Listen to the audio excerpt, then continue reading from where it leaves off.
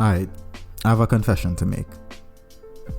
This video is a tad bit clickbait, just a little bit, just an oomph.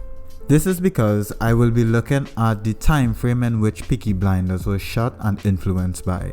All the elements mentioned in this video would not necessarily appear within the continuity of the show, however, it was from the decades in which the show was drawn from. Make sense? Cool. Also, if you want a video holding your hand and walking you through how to dress like your favorite Shelby, is Tommy and?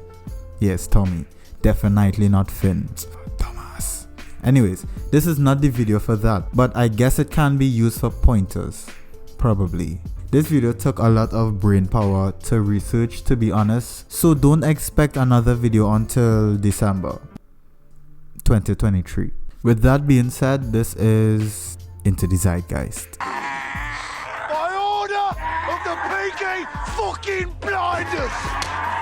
So Peaky Blinders by Stephen Knight revolves around members of the Shelby family, more specifically the Shelby brothers, Arthur, Tommy and John, who just returned from World War I in France and took over the family business of, well, organized crime. As the family delves deeper and further into crime and ascends the rank of organized crime, Tommy soon realizes the distinct line separating good and evil is more of a blur, and it may even span wider than the pure sides of either, feeling forever trapped within the mud walls during the First World War.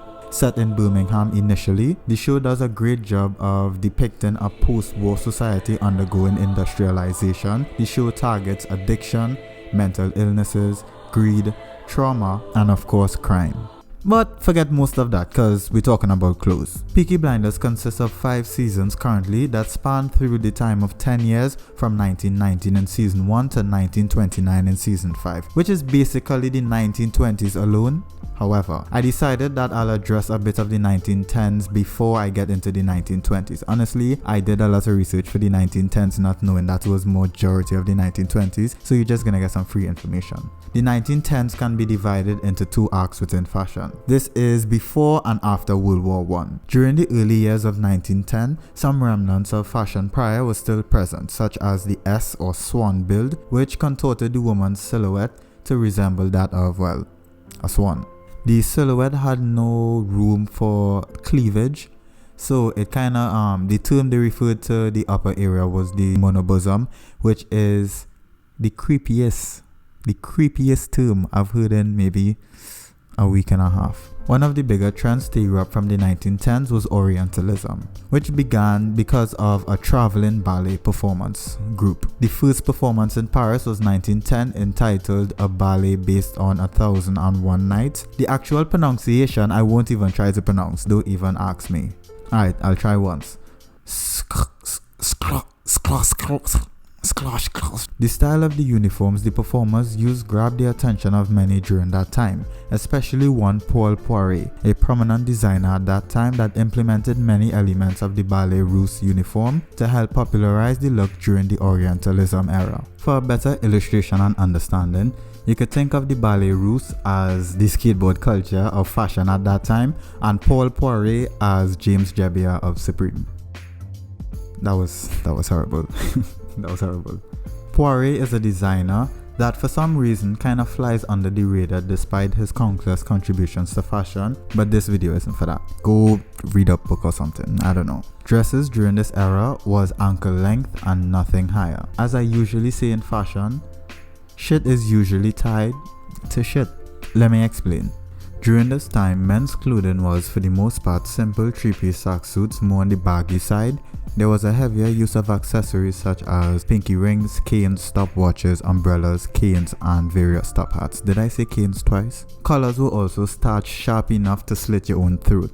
Then the war hit. During the war, which was mid-1910s, women began wearing uniform attire adjusted for the workplace, as now many women took up the traditional male jobs to provide for their families. This was somewhat referenced in Peaky Blinders, where Polly took care of the family while the Shelby brothers were away, except in this instance it wasn't taking up a 9 to 5, but you know, organized crime. As it pertains to the men's fashion and war, the mid-1910s saw the introduction of the trench coat. The origins of the trench coat was out of functionality and necessity.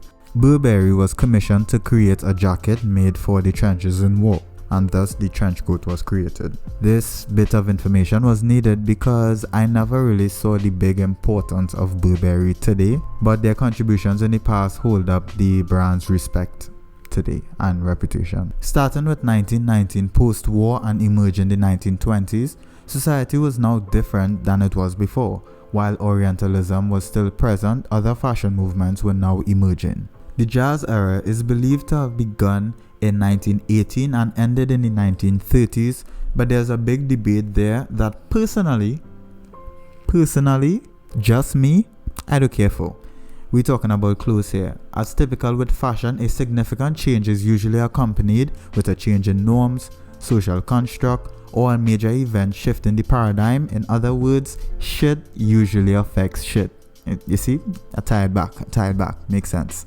During this era, women wore even shorter dresses right under the knee. There was a decrease in the use of corsets. They drove, drank, smoked, maintained their jobs they got while the men were at war, and were more naturally draped in garments. Safe to say, this time marked the initial spark of women empowerment at this time. And I think sometime around here was shaving. Yeah, I think shaving occurred sometime here. The two female aesthetics prominent at this time was the garçons and robe de style. The garçon silhouette was more associated with the Jazz era, possessing a lot of the characteristics of the modern woman. The length of hairstyles also significantly shortened in the Jazz era.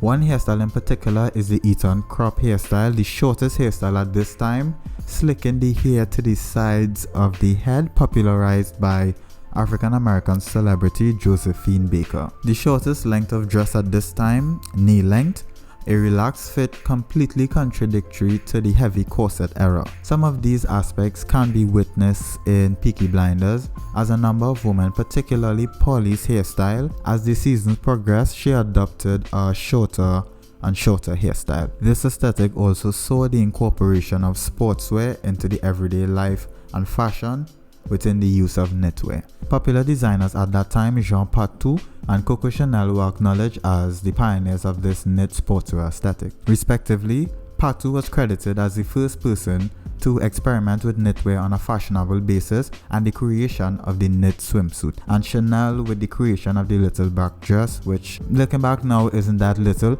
but for the time it was.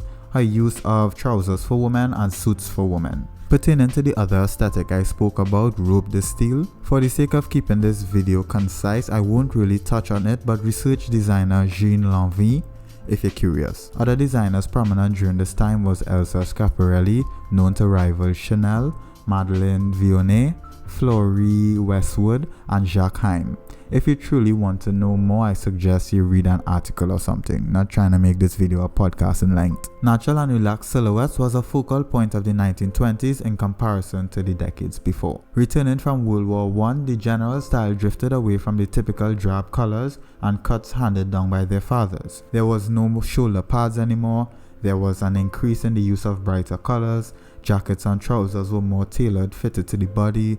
Lighter materials were used, shorter coats and cuffed trousers with the use of a single press fold, very similar to what you see today from your favorite men's style guru explaining the top 10 things women find men should wear to look more attractive, or whatever they title their videos. In addition to this, pinstripes saw an increase in popularity in suits in the 1920s. During the Jazz era, jazz suits were also a thing. Short trousers above the ankle, no waistcoats, and jackets that tightly fit the shoulders, tapers or snug at the ribs, and slightly flare at the end.